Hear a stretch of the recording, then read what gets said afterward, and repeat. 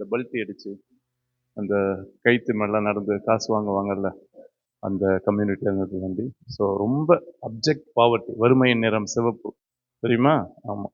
அந்த அளவுக்கு வறுமை அனுபவிச்ச தம்பியை இன்னைக்கு ஆண்டவர் ஏற்றுக்கிட்டதுனால எப்படி நடத்தி வராரு அப்படின்னு சொல்லி அவரை பற்றி ஒரு சின்ன ஒரு 5 நிமிஷம் தான், சரியா? ஒரு வேளை பேசினா உற்சாகத்தில் அதிகமாக பேசிடுவாரோன்னு சொல்லி இன்டர்வியூ மாதிரி வச்சுருக்கிறேன். நாங்கள் 2 பேரும் உட்காந்து பேச போகிறோம். அதை நான் காஃபி வித் டிடி நாங்களும் போடுவோம், சரியா? ஆமாம், உட்காந்து பேசுவோம். கொஞ்சம் ஈஸியாக இருக்கும், அவருக்கு கொஞ்சம் ரிலாக்ஸ்டாக இருக்கிறோம். 2வது ஒரு சின்ன கேம், ஒரு 2 மினிட்ஸ் கேம். யாருக்கும் சூப்பர்.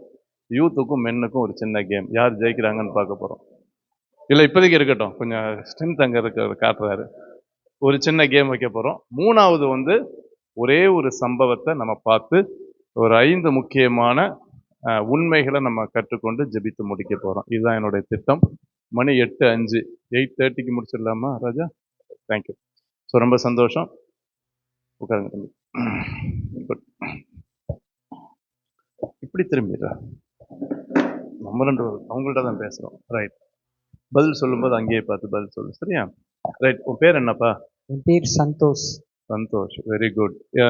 எங்கே பிறந்தீங்க நீங்கள்? உங்க சொந்த ஊர்? எங்கள் சொந்த ஊர் வந்து மேடவாக்கம். பாட்டா மூப்பாண்ட காலத்துலேருந்து எங்கேருந்து வந்தாங்கன்னு தெரியாது. நான் பிறந்து வளர்ந்ததெல்லாம் மேடவாக்கத்தில் தான் பிறந்து வளர்ந்தேன். ஓகே. நாங்கள் வந்து இந்த ரோட் ஓரத்தில் வித்தை செய்கிறவங்க. வித்தை செய்கிறவங்க. உங்கள் அம்மா அப்பாலாம் அந்த பின்னணி தானே? எங்கள் என்ன அம்மா அப்பா பண்ணுவாங்க? எங்கள் அம்மா அப்பா பாட்டா மூப்பாட்டம் காலத்திலிருந்து இந்த ரோட்டோரத்தில் கம்பி போட்டு கம்பி மேலே நடந்து கயத்தில் நடந்து இந்த ஓடி ஓடி உழைக்கணும் படத்தை பார்த்துருப்பீங்க, அந்த பாட்டு ஒன்று வரும். அதெல்லாம் எங்கள் சொந்த தாத்தா தான் நடந்தது. எங்கள் அப்பாவுடைய அப்பா தான் அது பண்ணது. அவங்க இப்போ கூட அவங்க இருக்கிறாங்க, வயசானவங்க, 90 வயசு கிட்ட இருக்கும். நாங்களாம் அப்படிதான் எங்கள் அப்பா அம்மாலாம் பொழைச்சி வந்தது. அப்போ உங்கள் வாழ்க்கை வந்து ரோட்டு ஓரத்தில் தான் அப்படி ஆரம்பிச்சது? நம்ம ரோட்டோரத்தில் சாப்பிடணும், தூங்கணும், ஏதாவது கிடைச்சா ரோட்லேயே படுத்துடணும் தான் எங்கள் வாழ்க்கை ஸ்டைல். அப்படிதான் இருந்தது. சொந்தமாக இடம் கிடையாது. 2 BHK 3 BHK அந்த வாய்ப்பே இல்லை? எதுவுமே கிடையாது. ஏதோ சாப்பாடு, ட்ரெஸ்ஸு, ரோட்லேயே தூங்கணும், இதுதான் எங்களோட வாழ்க்கை. Okay okay. ஸோ எனக்கு அதான் தம்பி ஒரு வசனம் நீங்கள் சொன்ன உடனே இப்போயே ஞாபகம் வருது. எளியவனை குப்பையிலிருந்து உயர்த்துகிறார்ல. ஸோ ரொம்ப சந்தோஷ். உங்களை எப்படி இந்த சூழ்நிலையில் இருந்த நீங்கள் இப்போ அதை நீங்கள் செய்யலைல்ல? இப்போ செய்யல.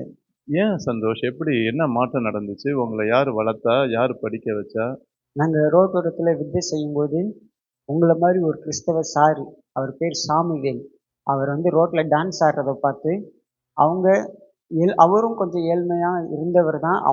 அவங்க பசங்களை படிக்க வைக்க வச்சிருந்த காசை பார்த்து ஆண்டவர் அவர்கிட்ட பேசினாராம். அவர் சொன்னார் எங்ககிட்ட, அவர் போய் ஜெபிச்சார், அந்த ஏழை மக்களெல்லாம் படிக்கணும் ஏசப்பா, நான் என்ன செய்யறதுன்னு. உன்கிட்ட இருக்கிற காசை எடுத்து அவங்களுக்கு கொடு, நீ ஏன் என்கிட்ட உட்காந்து பேசிக்கிட்டு இருக்க அப்படின்னு அவர்கிட்ட ஆண்டவர் சொன்னாராம். பரவாயில்ல, ஏன் காசு நான் எப்படி தருவேன்? புரியுது தம்பி. அதாவது இன்னைக்கு எல்லாம் சொல்ற வசனம் என்னன்னா, கேளுங்கள் கொடுக்கப்படுங்கிறாங்க. ஆனா நிறைய பேர் கொடுங்கள் கொடுக்கப்படும்னு பிரசங்கமே இல்லை தம்பி. கேட்டா கிடைக்குன்னே வளர்த்துட்டாங்க தம்பி. ஆனா உங்க ஆரம்பத்தை பார்க்கும்போது எனக்கு நல்லா இருக்குது. அப்ப உங்களுக்காக அவர் கொடுத்தார். எங்களுக்காக ரோட்ல டான்ஸ் ஆடுறத பார்த்து கொடுத்தாரு.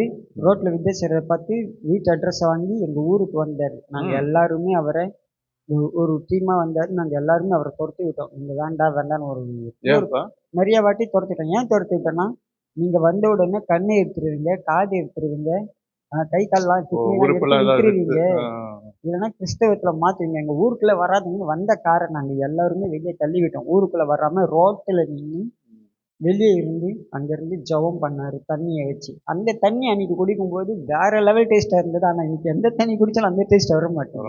அப்ப ஊழியங்கிறது வந்து நம்ம உட்காந்துக்கிட்டு ஜனங்கள் வருவாங்க அப்படிங்கிற ட்ரெண்ட் வந்துருச்சு தம்பி. ஊழியங்கிறது வந்து எங்க ஜனங்கள் இருக்காங்களோ அங்க போகணும் இல்ல? ஜீசஸ் அதான் பண்ணாரு. He went where people were. ரொம்ப சந்தோஷம் தம்பி. நல்ல சில உண்மைகள்லாம் நீங்க பேசும்போது எனக்கு ஞாபகம் வரும். கொஞ்சம் வேகமா சொல்லுங்க. சரி, எப்படி அப்புறம் அவர் படிக்க வச்சாரு அவங்கள? அப்படி ரோட்ல ஆடும்போது பார்த்து எங்க ஊருக்கு வந்து இவ்வளவு நடந்த பிறகு உங்களை படிக்க வைக்கிறேன்னு சொன்ன உடனே இப்படி ரோட்டை கிராஸ் பண்ணா ஸ்கூல் மெட்ரிகுலேஷன் ஹையர் செகண்டரி